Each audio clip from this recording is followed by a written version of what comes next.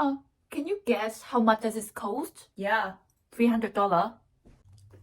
How about this? $1,000? About this? It's completely free. But wait, let me try it again. Media are usually associated with communicating meaning, but there are also layers of media, such as infrastructures, that have meaning but do not speak. They don't have a voice and seem to be or are made to be forgotten by media companies. The ecology of attention underscores the dual nature of media, with our attention primarily directed toward the content rather than the material medium. This introduces us to the idea of eco-materialism, focused on the material aspects of media technology and prompts consideration of its environmental consequences by dematerializing them. When we say technology is immaterial, it doesn't mean it lacks a physical presence. It appears that way because the physical infrastructure supporting it is hidden. These concealing infrastructures destroy the environment without notice from citizens. There are differences in materiality perceptions between e-waste and digital media. Electronics often appear only as media or as interfaces, apparently lacking in material substance. So, let's take an example. CDs and DVDs are e-waste, which are visible and bulky, you can see it. But they're made of layered polycarbonate and aluminum, things that not many people know since they just perceive it just as interfaces or just a media. Those materials can't be recycled because they are difficult and uneconomical to separate into their component parts for recycling.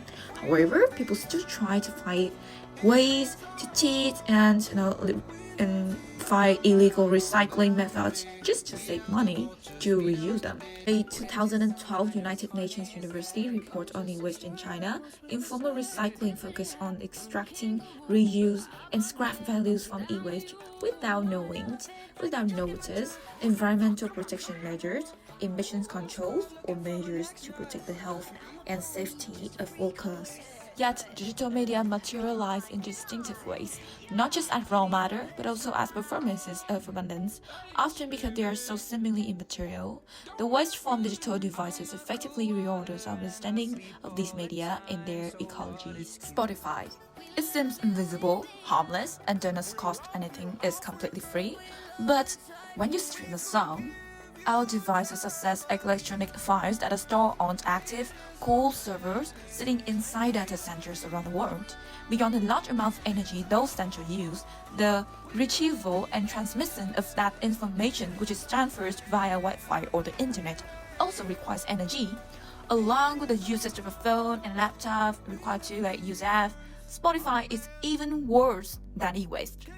Their slogan is music for everyone, millions of songs, no credit card needed. Making people think they do not have to lose a penny or anything else to access to the whole albums. But this creates an illusion of immaterial in online streaming platforms that is stored on the cloud. But underlying the whole production chain that destroys environment, that what we actually have to pay for, nothing is free. It's important to recognize that streaming media is associated with a substantial carbon footprint, as we are emitting over 350,000 tons of greenhouse gases per year because of the need to run remote service 24/7, contributing to over 1% of greenhouse gas emissions. For instance, a license, Newsday Maine estimates her viral hit had it produced a greater impact than flying from London to New York and back 4,000 times.